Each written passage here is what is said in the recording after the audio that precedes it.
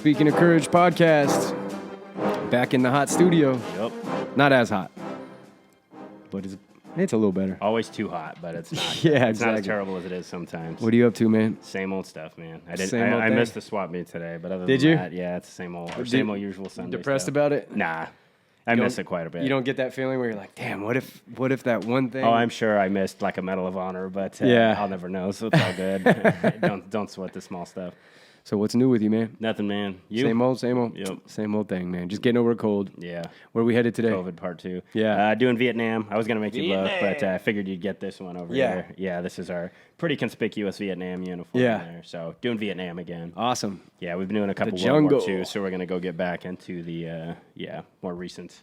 Who's our hero of the day? So today we're doing a gentleman by the name of Jack Jacobs, who was an advisor to the ARVN troops. We've talked about the advisors some. Those are going to be, rather than the Americans with their unit of Americans, they're going to be just a handful of Americans advising the South Vietnamese troops. So they're working with the South Vietnamese Working troops? with the South Vietnamese, trying to train them. Like we talked about, Drew Dix was one of them, and even to a lesser extent, the Special Forces. That's kind of their mission overall, is trying to train the South Vietnamese to be able to carry on the fight by themselves. And these are like a super brave people, right?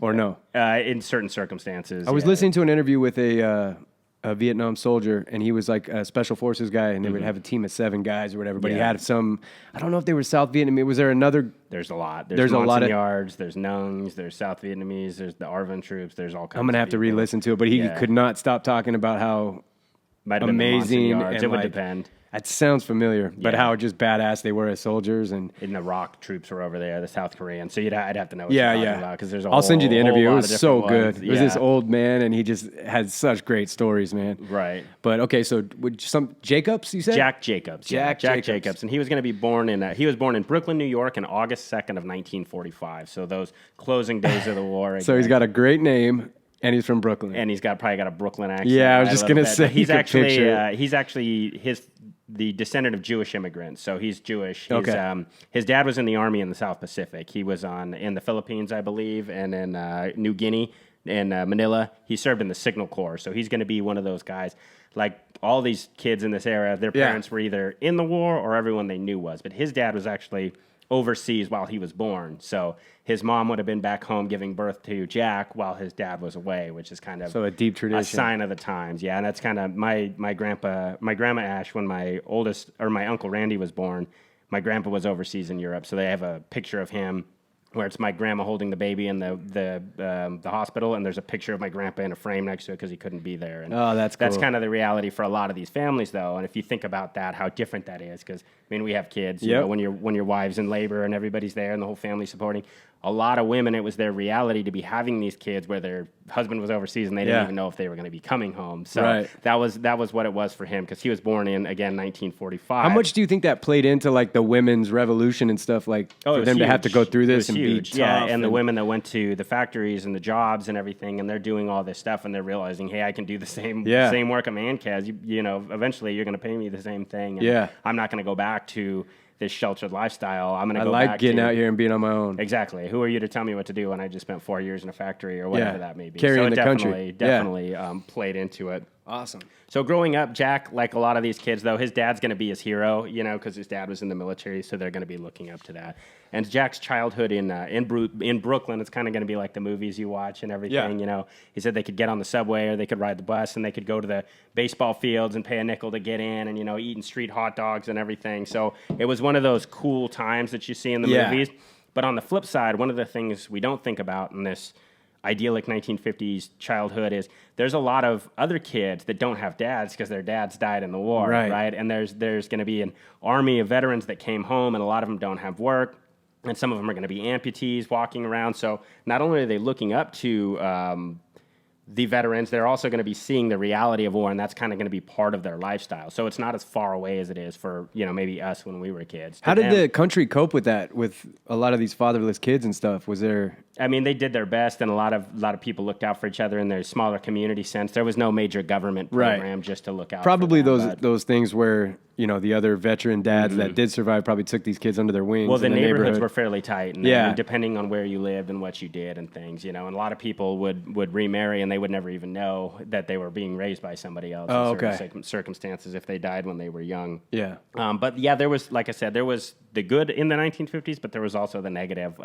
His first memory was living in they called it a Utica hut. They're these army huts that they used to use for training equipment, and that's what a lot of people were living in because there weren't homes yet. This was before they started tearing apart all our old aircraft and equipment to make these tract homes. A lot of these guys were living in like army huts and stuff, waiting to get homes and waiting to get jobs and everything. So that was back stateside? Yeah, back stateside. Oh, I didn't know the families were living in these Kinson huts, I think they're called, Utica huts and all kinds. And these were going to be all over America, basically, where people were living in. Yeah, I'd never heard of that. Yeah.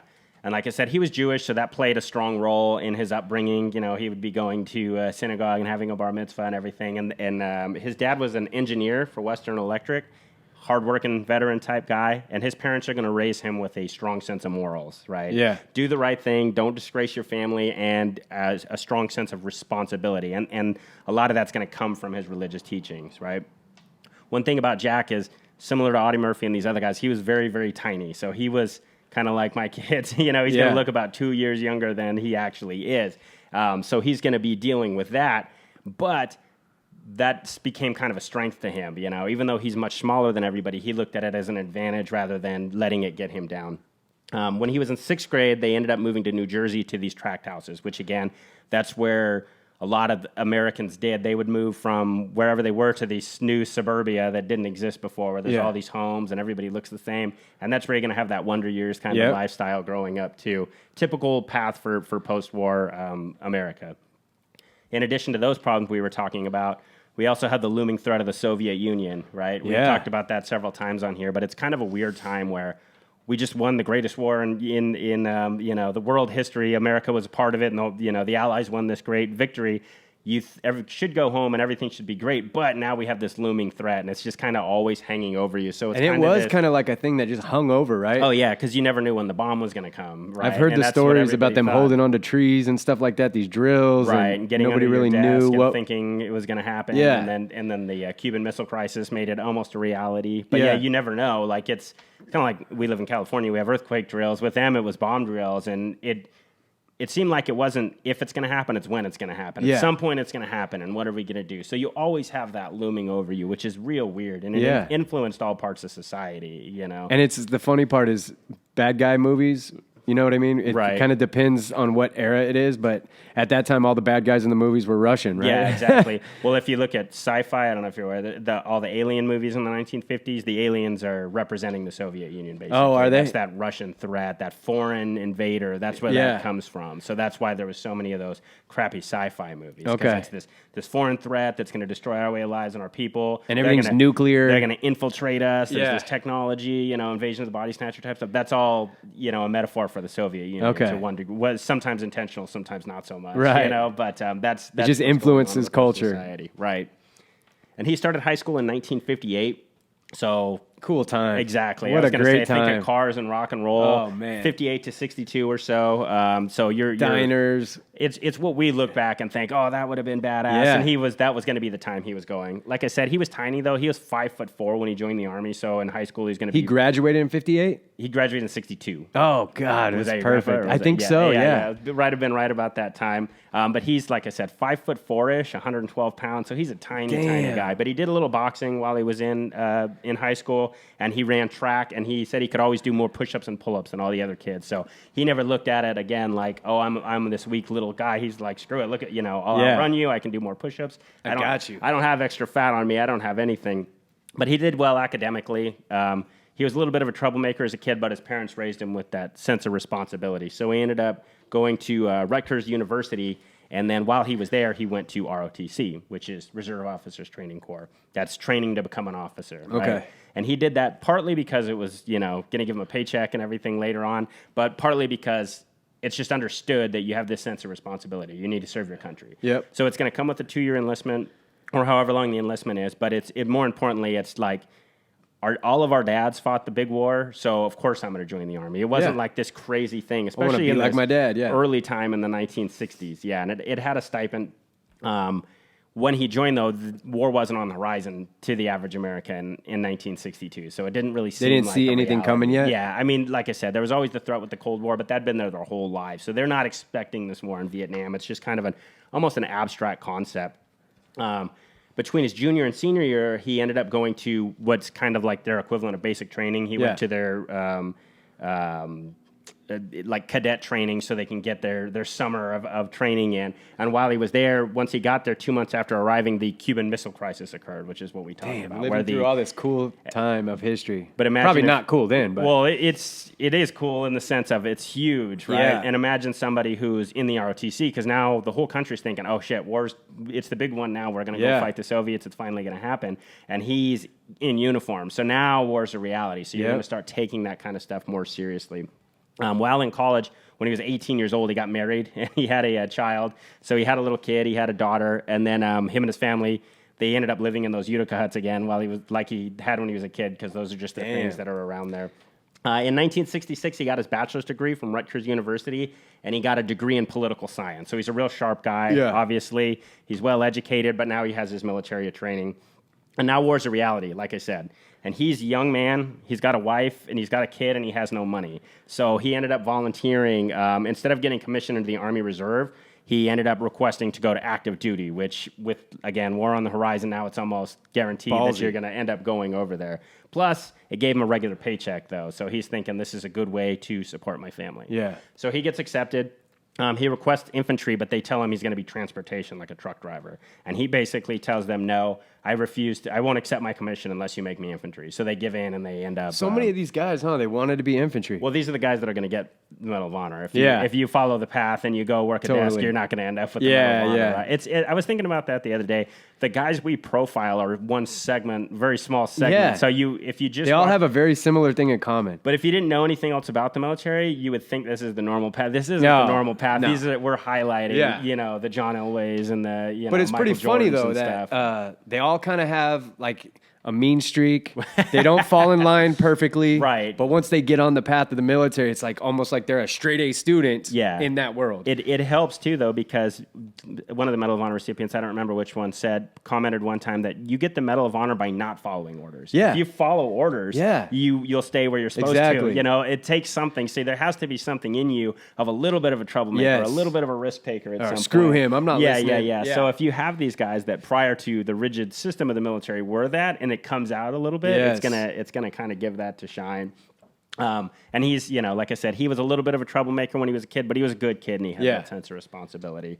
So now he's basically guaranteed to go to Vietnam by taking this assignment. Okay, In infantry? Infantry, yeah. And he ends up getting assigned to he volunteers for airborne training because it's extra pay. So he gets assigned to the 82nd Airborne, which the 82nd Airborne is one of the most badass units in the U.S. Army and in Army history, but it's also one of the quickest to deploy because they're small, quick reaction. What is 82nd Airborne? What does that mean? That It's they're coming just a out of the division. sky? Or is it just... airborne is you jump out of planes. So Okay. like C-130s will fly over and all everybody jumps out in their parachutes and everything. We don't really do a lot of major airborne operations anymore. World War II was the heyday of that. I was going to say, I was watching another documentary this week, and they were talking about D-Day, and they were, I can't remember what the number was, but how many soldiers parachuted down and behind enemy lines the night before or whatever? Yeah, Dude, it was so many, I couldn't believe. I don't remember the number, but it was insane numbers. And on D-Day, as their planes are flying over, they're getting hit by anti-aircraft. Yeah. They're getting hit by machine guns. They're hitting as they're drifting down and causing silhouetted this chaos. against the sky. And then airborne training is, they're trained to be surrounded, like we've talked about in other episodes. When they land, there's nobody there to support you because you're behind enemy lines. So you need to be able to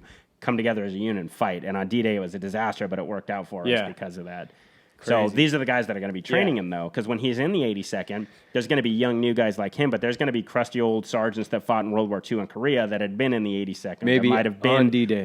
Definitely would have been some that had been there on D-Day, So he's going to be learning from these. Yeah, if you were in the Army at this time, you're surrounded by legends. There's Medal of Honor recipients that are still in uniform, There's guys that have been wounded. There's guys that have been POWs. There's guys that have fought or from just the famous North Africa battles, dude. Like meeting guys that were actually there. there physically. You're meeting legends of history, Yeah. you know, in a sense. And those are the guys that are training him and teaching him how Is to it a be. big thing at that time? Yeah, absolutely. Yeah. It's not like, you know, there's no social media, so there's not going to be people like me out there today, Yeah. like, you know, fanboying over it, I guess. But there's, within the military, you know who they are. And So you those like respect D-Day them. battles and stuff were huge even Oh, yeah, at this time. absolutely. Okay. Yeah, and the 82nd was well known in the military. So Okay. you puffed your chest out a little harder when you had. So these are one of the 82nd units that badge. you lied to if you were a Yeah, cook. exactly. Yeah. You're gonna claim you were in the 82nd even if you weren't. Yeah.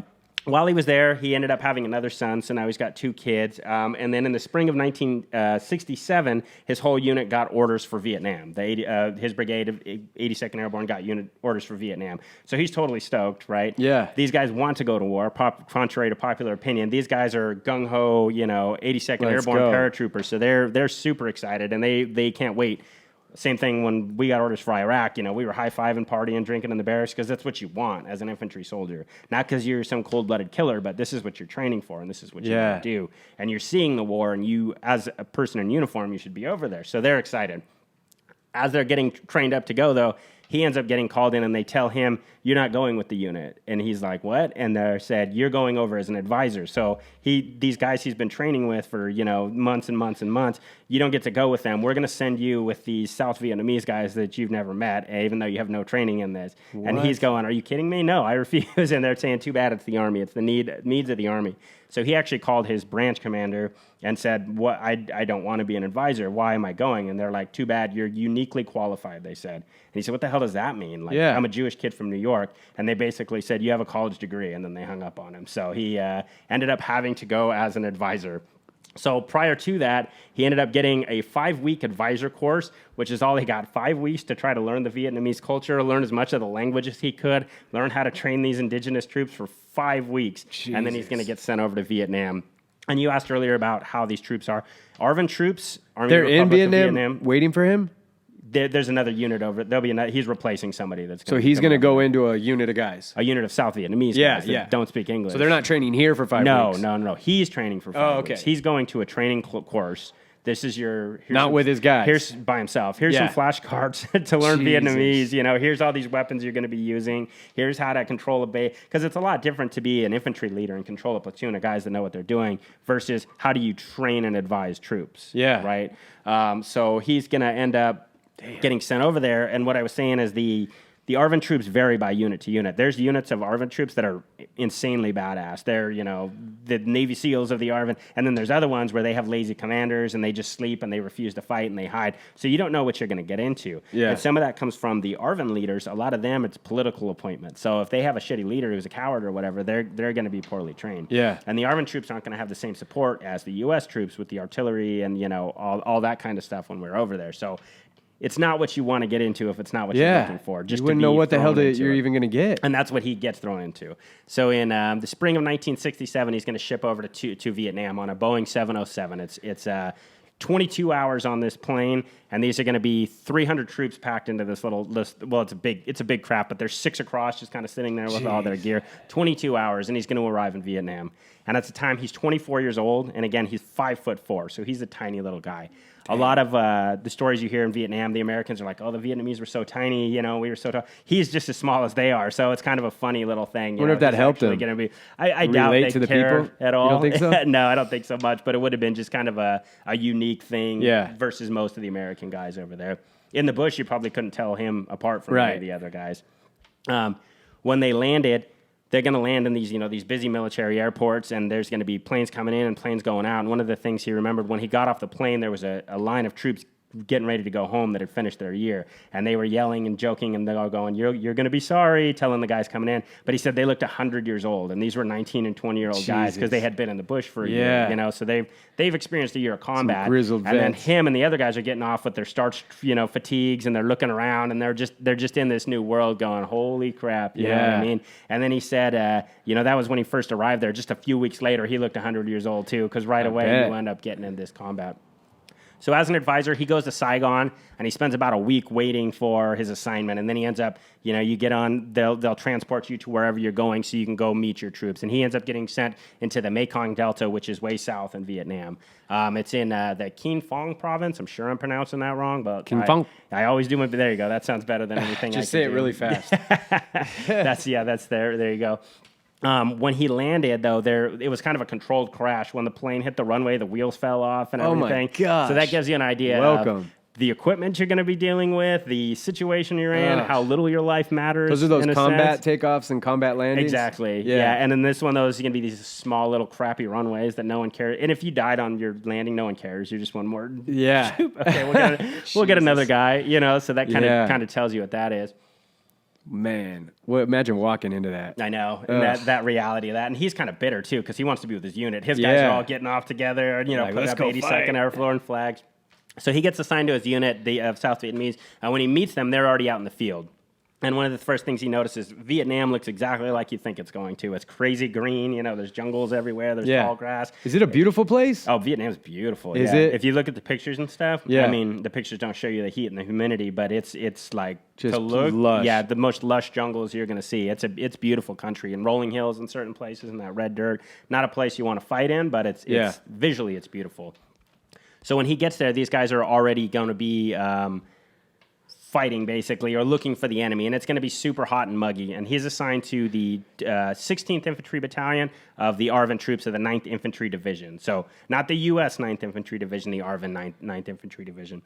So he gets there, and he tries to make a good impression on these guys, but they don't even speak the same language. How do you even make relationships when they're already in the bush? Exactly. And you're some green guy that's supposed to be in charge? And they're from a different culture. So this is way harder than it would be at any times. But you try to, just show them that you're competent. Try not to be a dick, I guess. Yeah. Try not to. But there's different styles of leadership. So the first night, he tries to tie up his... He kind of watches them, see what they do. And then he decides he's going to try to tie up his hammock between these two... bamboo trees or banana trees, right? So he ties this hammock up and he goes to sleep, but he doesn't realize banana trees are just big plants, so they kind of sink. So when he wakes up, his ass is in the canal and they're all laughing at him. Oh, okay. So he didn't do a good job, so he's kind of mad. But then he keeps going, and then a couple days later, he's like, man, I'm hot and humid. I'm going to go take a bath, basically, in this rice paddy. So he takes off all his clothes, he strips in, he starts cleaning himself, and then he looks, and there's people shitting in the canal upstream because that's what they use for their bath. So he's just kind of making a fool of himself right away. But over time, he ends up earning their trust, and he starts leading these guys, right? So the ARVN troops, they're going to be real tight with these guys. It's him and a couple other American advisors, and they're going to live with the Vietnamese, sleep with them, eat with them. Again, they're not like going to sleep with the Americans at night and coming back. This is their unit. They're responsible for their lives, and they're responsible for each other. Whoa. So there's another American with him, Staff Sergeant Ray Ramirez, I believe his name was, and then for the most part, that's it. There'll be other advisors coming and going, but they're a bit short-staffed, and they have it rough. Like I said, think of Vietnam, think like we talk about always being wet, always being hot and humid. Now thinking about doing it with less resources. You know, they're going to be eating crappy food. They're going to have to eat like dehydrated rice. So you have to use the rice paddy waters, and then you have to use the little tablets to try to clean it, make it edible, or so you can drink the water. And then it's going to be just as nasty tasting. So that's always what they're going to be dealing with. They actually would go to the Special Forces compound and beg them for food sometimes. So they would have food, and the Special Forces would give them the food. Other than that, they were eating. So the Special Forces guys were taken care of? Yeah, definitely, because they're on the same mission. So they're going to be aware of each other and looking out for them. But other than that, they're going to be eating like pig ears and peppers and spams and crap like that. And like I said, that dehydrated rice water. Early in his time over there, though, they're going to be getting these frequent small firefights, and they're going to be dealing with all of that. And they're also going to be dealing with the leeches and the mosquitoes and anything else you can constantly think of, just constant missions. Tigers, yeah. There's a lot of pictures of them carrying out dead tigers. Yeah, we found a few of them. I put them up on a different one. Yeah. It seems like an urban myth, but there's definitely some that would be tigers terrifying that they killed over there. Yeah, you don't know what sound. If you hear a sound in the jungle, I don't know if I'd rather it be a tiger or Vietnamese exactly. at that point. But he's going to grow close with the troops because they're experiencing the same hardships as him. Yeah. Whether they're from a different culture or not, they're seeing him sleeping in the rice paddy, unfortunately, with him and all that. The first time he's actually in combat, he was just carrying a pistol. He had a 1911 pistol, and they were moving through the rice paddies, and they came upon an enemy squad. So him and some other Vietnamese, South Vietnamese, I'll call them Arvin, him and some Arvin flanked around to get there, and when they did so, they ran into an Arvin soldier who was right there guarding the flank. So Jacobs pulled out his pistol to kill the guy, and he starts firing, and he fired every round in his pistol and just completely missed the guy with all 8 rounds. Oh, so shit. that Arvin next to him just wasted the guy with the AK, and then he kind of looked at the pistol and said, I don't think I'm very good with this. So he decided to never carry a pistol again, even though that was kind of his assigned weapon. So he started carrying a rifle like everybody else. Again, though, they're just going on these frequent missions. As they're moving, they'll take small arms. Somebody will get killed. The helicopters will come in, take the bodies, and they just keep going. So it's kind of just this daily war of attrition.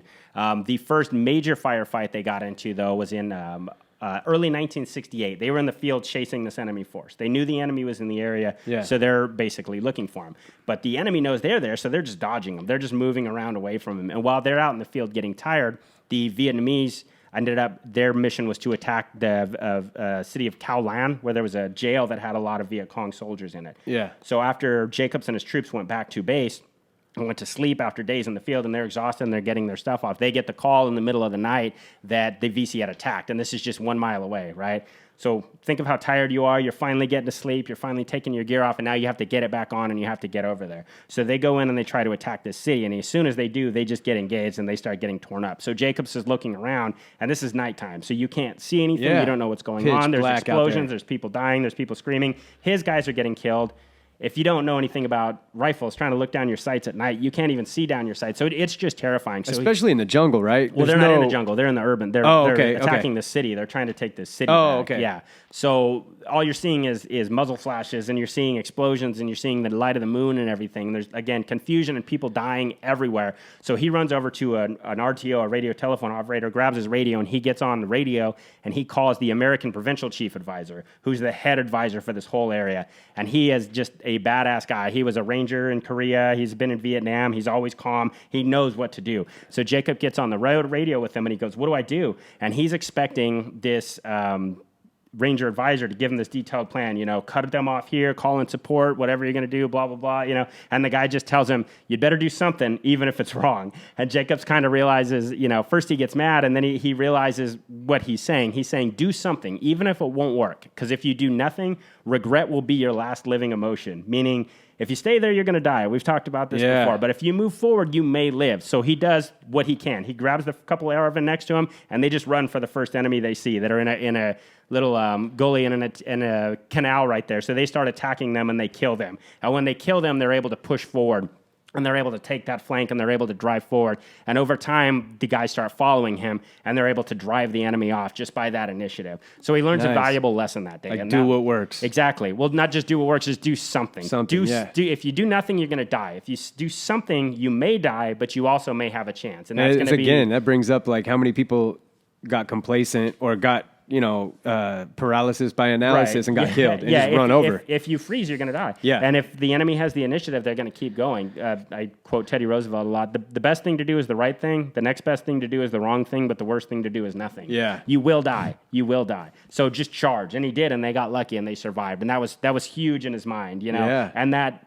Good thing to learn early. That advisor that told him wasn't saying that flippantly. He was saying that absolutely. That's the only lesson there is in combat. Things aren't perfect. You're never going to get everything you want. Even if you have everything you want, it still might not work out. So just do something. It's kind of like General Patton. Just go. Attack, attack, attack. Make them fall back. Make them retreat. And then it ended up working.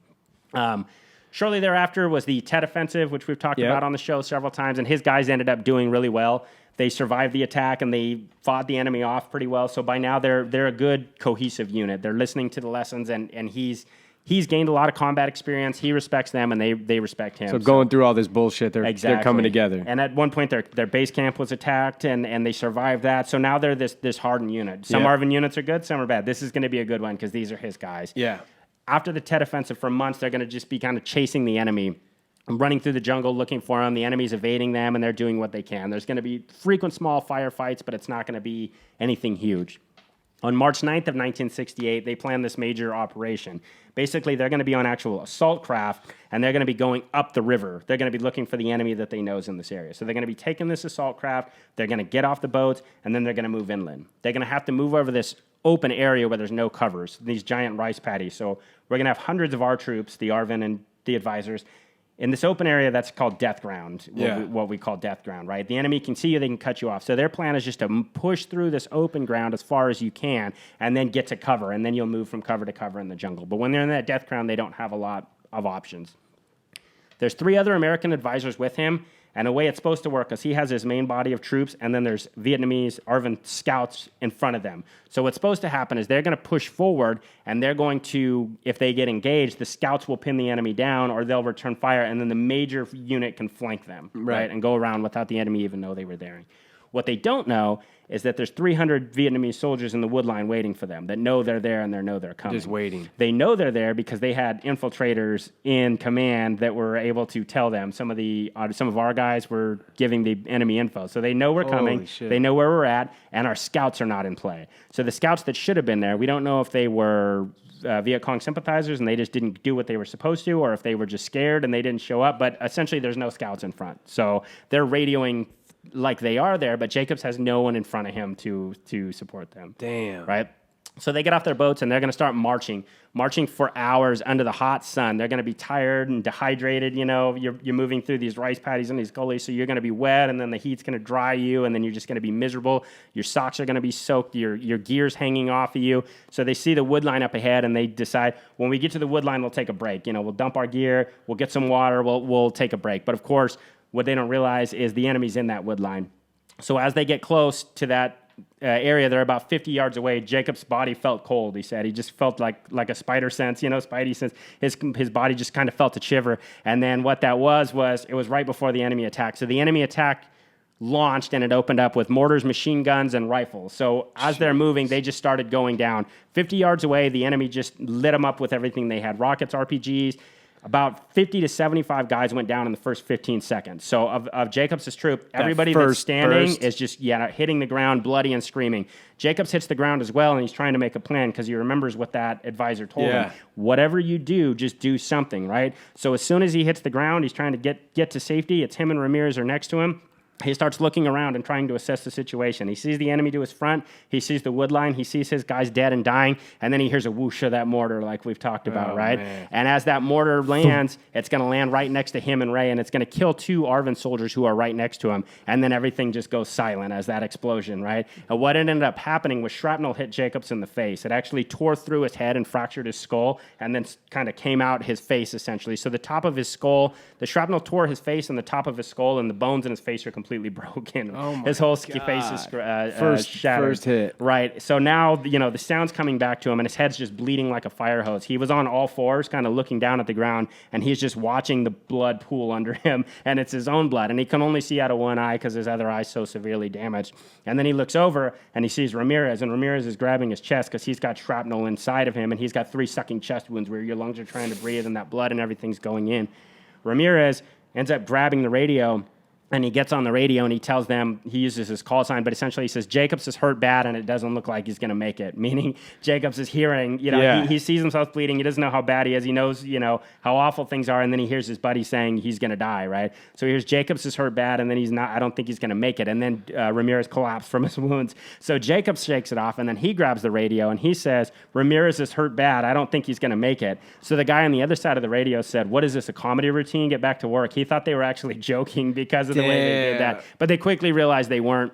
So Jacobs, despite his grievous wounds, despite the fact that he can only see out of one eye, but despite the fact that there's machine gun fire everywhere, he starts patching Ramirez up. He starts giving him aid to his sucking chest wound, and then he looks over to the wood line. He knows that's his only chance for safety. So even though he's only 5'4" and less than 120 pounds, he grabs this big heavy dude that has all his gear on, and he starts dragging him under fire. So he's able to drag Ramirez to the wood line, and then he starts calling in airstrikes, because airstrikes are the only thing that's going to save him. Yeah. So you got a 24-year-old kid who's responsible for all of these guys just by knowing your position, knowing the enemy position, and being able to call them in. So he does that, and he's able to call in these airstrikes, but unfortunately, the enemy fire is so heavy that they're able to fight the airstrikes off. So our planes are coming in, and they're shooting at them so much that the planes have to pull out. So now we don't even have aircraft that are able to support them. 300 deep, all with AKs, right?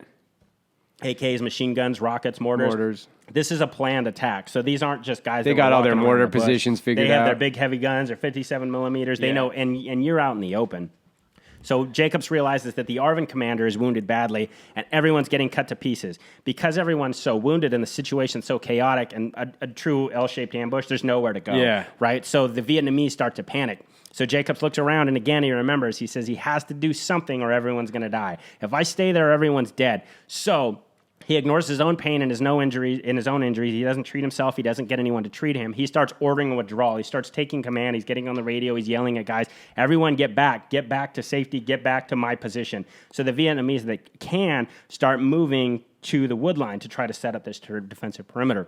Unfortunately, a lot of these wounded guys are stuck out in the open, right? And out in the open, the enemy's actually coming out of the wood line and executing them and then going back. Damn. So they're out there and they're stuck. And other guys are just too scared. They're too scared to move. They're terrified. They're panicking. And Jacobs is just as scared as they are, right? Yeah. But because he's a leader and because of the lessons he's learned in life, he manufactures a courage, basically. He tells himself to be brave, Don't allow yourself to be scared. And then he starts thinking, and he remembers when he grew up, in synagogue and with his Jewish teachings, there was a Jewish philosopher in the first century named Hillel, and you might have heard this quote. It's, if I am only for myself, then what am I? If not you, then who? And if not now, then when? Have you ever heard that before? Yep. Basically meaning somebody's got to do it. Might as well be me. It's going to be you. If it's not you, who's going to do it? Nobody. And if now's not the time, then when? So it's got to be done, so do it. So he immediately, even though he's covered in blood, and he can only see out of one eye, he decides he's going to do what he can to save these guys, right? So he springs out of his covered and concealed position, and he runs directly into the open to where the wounded commander is. And the wounded commander's been shot multiple times, and he's laying in a canal. So Jacob sprints through the fire, and again, you can just imagine him covered in his own blood. Like a damn and zombie. he grabs the commander, and he's able to pull him out of the canal. And if you've ever tried to pick up someone that's dead weight, it's very difficult. Yep. And this guy's waterlogged, but he's able to pull him out of the water and try to save him. But as he does so, the guy ends up dying in his arms. So now he realizes the Vietnamese commander's dead. The other advisor's severely wounded. It's all on him. He's the only one there. So he decides to take action. So he sees a ARVN machine gun position, and he runs up towards him, and he taps him on the head, and he basically yells, "Give me cover." And then, as they start putting fire down on the enemy, he charges directly at the enemy with his rifle and his grenades, right? He rushes directly towards them. He's firing his rifle as he goes, and then as soon as he gets close, he chucks his grenades into the enemy position. He doesn't bound forward into the position, though, because the enemy, they're going to be bracing for the grenade, so he peels off, kind of like a football move, and then he sprints back. But as he's sprinting back, he grabs a wounded guy. So he charges forward, he attacks the Vietnamese, and then he grabs the wounded, and he starts dragging them back while they're stunned. Damn. Drags that wounded soldier back to safety. And then he decides, hey, that worked, I'll do it again. So he sprints through enemy fire again. He starts running. He rushes directly at the machine gun position. While they're surveying the field again, they're going to look up and they're going to see this crazy guy running at them. And by the time they react to his gunfire and grenades, he's off in the other direction. He grabs another wounded to safety, and he does it again. And he does this multiple times. He just keeps doing it as long as his luck basically lasts. Yeah. Each time he does it, he changes position. He comes out of a different place. To the enemy, it probably looked like there was 15 guys running around, but it was just this one 5'4" American, crazy. running through the battlefield. In between his runs, he would kind of catch his breath, get some water, and try to look after the wounded in the position. He's treating guys, even though he's severely wounded, and they're still under fire. Even though they're in their position, I keep acting like it's safe. It's not safe. Fire's still ripping through the area. At one point, a mortar landed, and it killed an ARVN soldier who was standing right next to him as he was ducking over another guy. Bullets are tearing through, and he's getting weaker and weaker because he's bleeding from the face, and he's bleeding a lot. So he kind of falls to his knees, and he's looking around, and he's feeling the strength lose him again, right? But then again, he thinks to himself, if not me, then who? Because he looks around, and no one else is doing it. So he summons an inner strength, and he stands back up. He gets up, and despite the trauma, despite the pain, despite the weakness, he charges again. So he rushes at the enemy again, and he's firing at the enemy, and he's killing these soldiers too, right? Every time he goes forward to save these guys, he has to drive the enemy off. Sometimes when he's running into the open, they're out in the open too, waiting to execute our guys. So he's running headlong as fast as he can, firing his rifle and throwing his grenades, and then he's tucking his rifle and grabbing these guys and just dragging them back. Just sure wheel, knowing you're going to die at some point. So you might as well get something done. Trying to do as many as he can, and just trying to get one more person and one more person. Think of... He's getting weaker from blood loss, but think like a football drill. What do they call those Alabamas where you run a little bit and run back, run a little further and run back? That's what he's doing, right? And again, drag a fully grown man.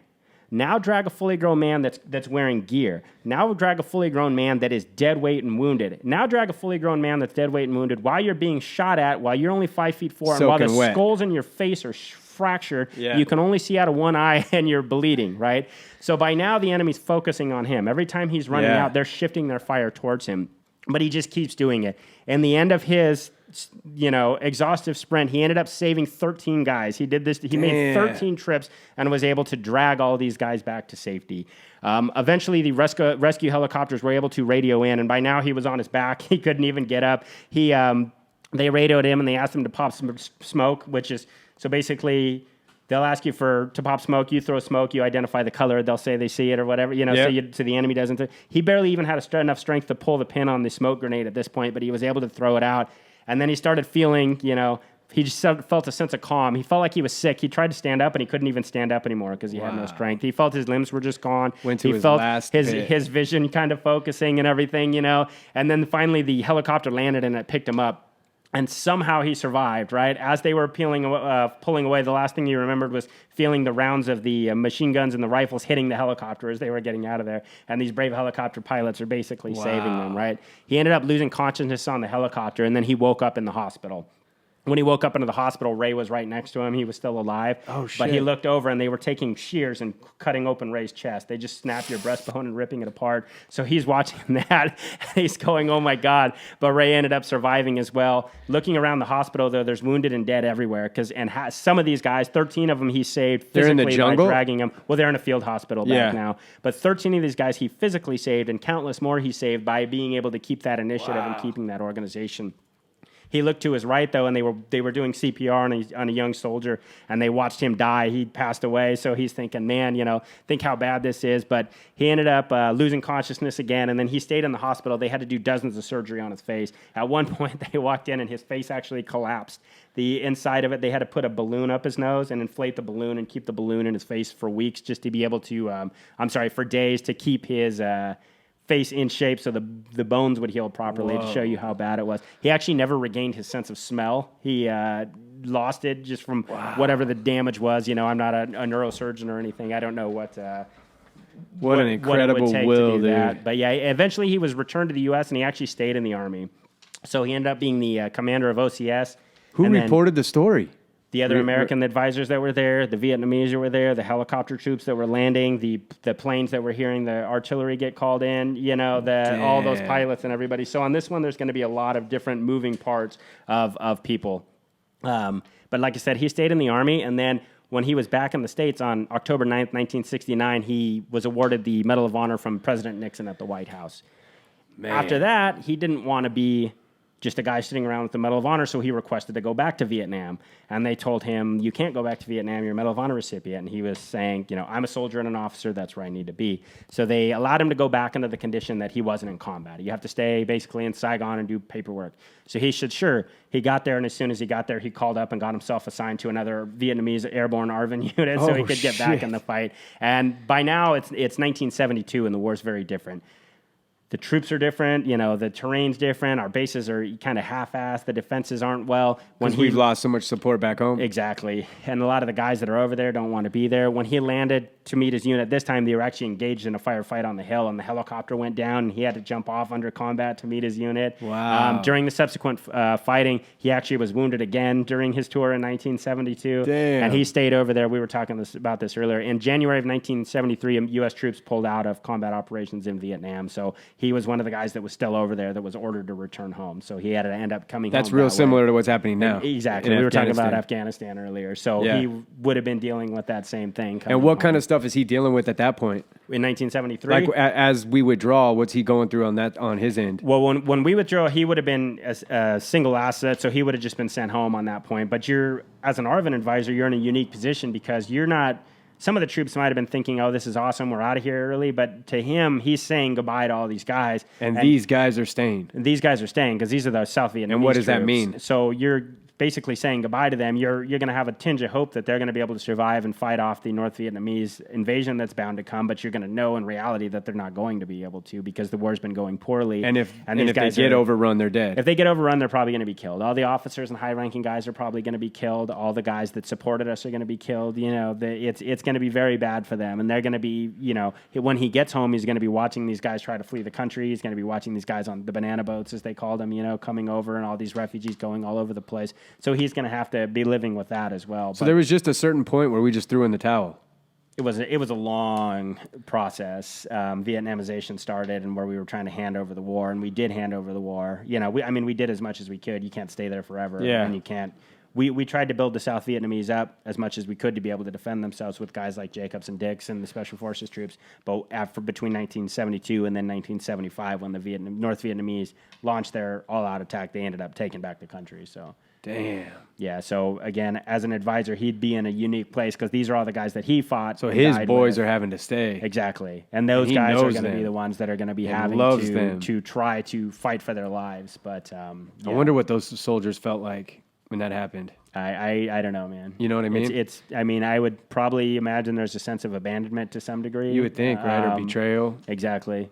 Man. But like I said, we can't fight a 50-year war for, Keep sending people over, especially when you're losing support, but still, man, that's got to suck for those people that have to stay. Yeah. And you can go on YouTube and watch hundreds of hours of documentary footage and everything of what happened during the fall of Saigon and the fall of Vietnam and everything. Yeah. But those are the guys that were fighting over there, and these are the guys that were fighting the war. The war wasn't Americans versus Vietnamese. The war was Americans and South Vietnamese versus North Vietnamese. And I don't mean to leave out our Australian allies and everybody else in the Republic of Korea and everybody that was there, but allies plus South Vietnamese versus North Vietnamese. We weren't invading North Vietnam. We weren't trying to take Hanoi. We weren't trying to move forward on an aggressive war. We were trying to protect these guys and allow them to save themselves. And that's what Jacobs was doing. And when Jacobs was running from his covered and concealed position, he wasn't going to save other Americans. He wasn't going to save, white guys or just this type of.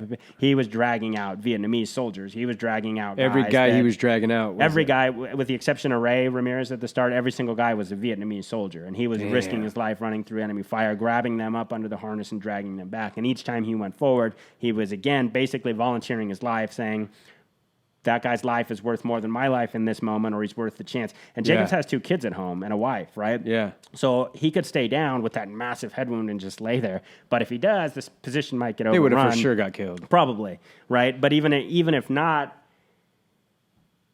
to run out there and to risk your life and to know that you may die and to think about your kids. But in that moment, it's not about your kids. It's about the guy on the right and the left of you, And again, just like in Afghanistan, just like in Iraq, that includes our allies. That includes, our interpreters. That includes people that you've gone to battle with. We've talked about that a bunch of times. People that you sleep with, people that you eat with, black, people that you white, share your rich, food with. Mexican, Asian, doesn't matter. Whoever what do they call it? The crucible? I'm not sure. The Crucible is a Marine term for the boot camp. But okay. I mean, it means a couple different things. Yeah, like going through that hard. Yeah, the Crucible that hard combat. Shit. Yeah. Mm-hmm. And then, it doesn't matter who it is. Yeah, nobody else is ever going to be as close to you as somebody that you've patched up when they're wounded and that's or they've saved your life. Mm-hmm. Or they've shared their socks with you in a foxhole in World War II when you're freezing. But they're going to fleas off you, picked parasites off you. They're going to know that reality and they're going to know all that kind of stuff. So that's maybe a bit translated of the shit for you that we don't talk about sometimes, and the tragedy of Afghanistan and Iraq that we're dealing with now. But what an awesome guy, man. Yeah, that's so great. Jacobs is still alive, actually. Is he? He's, he lives in New Jersey. He's on like CNN and Fox and stuff. He worked in like Wall Street after the war, and then he does military analysis. He wrote a book. He retired as a colonel after 20 years, but yeah, he's still alive. That's awesome. So what a great story. Another one of those heroes that walk among us that you would never know who he was if you saw him. Just a small little Brooklyn guy. Or you see him on TV and it says Medal of Honor recipient. Yeah. And you go, oh, cool. Yeah, and you don't know think of the, anything about this. Right. Gosh. And when I go through these fast, again, I mean, an hour is as fast as I can go. We could shorten them, but think of what 13 trips actually is. When I say 13 trips, don't think 13 trips. Think about, doing like burpees or something. Okay, I did 1. Now think, okay, I'm running out and risking my life again. Then I'm doing 2, and then I'm running out. When we trained on Saturday, we were doing like a burpee. Yeah. 10 of them, and we're dead tired after 10. Right. Now think getting shot at in between those. And think that running that expanse of 50 meters. And then dragging somebody. And dragging someone back, and just that fear and that exhaustion, And he had time to rest in between, and he had time to take account of what was going on. Because some of this is pure adrenaline. Yeah. Some of these guys, when they realize what happened, they start shaking and it's over. His wasn't over. He did it again and he did it again and he did it again. And he's, like I said, he straight said, I was just as afraid as everybody else, but I manufactured a courage. And that's what true courage is, right? Yeah. It's knowing that you're scared, not just being a Superman. It's knowing that you're scared and knowing, look at everybody else. They're looking at me. They need me and I have to do it. So I'm just going to go. Every step he takes out of that wood line, bracing for the bullets to hit him, right? Every step he takes, he's terrified. Every step he takes, but he takes the next one and he takes the next one, and he takes the next one. And he's running directly into the enemy, and he's shooting, and he's And it's firing, not he's just throwing running through the grenades. enemy. I mean, watch the videos of this stuff when you have AK fire coming at you. I still got to take you to the range and shoot. Yeah, shoot I some mean, guns with you. it's just insane that you would even go to a range and just shoot with somebody. Just standing next to somebody that's firing downrange is kind of intimidating. Now imagine being on the other end of that and running toward it as they're trying to kill you. Yep. God, that's insane. Good story, man. All right, man. That's the story of Jack Jacobs. Yep. Good stuff. Like, subscribe, leave us some comments. Also, that little bell thing that's on your YouTube, if you hit notification that's bell. the notification bell. Yeah, some people say, I didn't know you made any more videos. If you hit that, it'll tell you when there's a new video. Yeah, we're old and we're new to this whole thing. So apparently the more you comment and the more you hit that little bell, it'll just help us get a little bit more traction, get a little bit more behind the show. Yeah. All right. Thank you guys for watching. Thanks for listening. We appreciate it.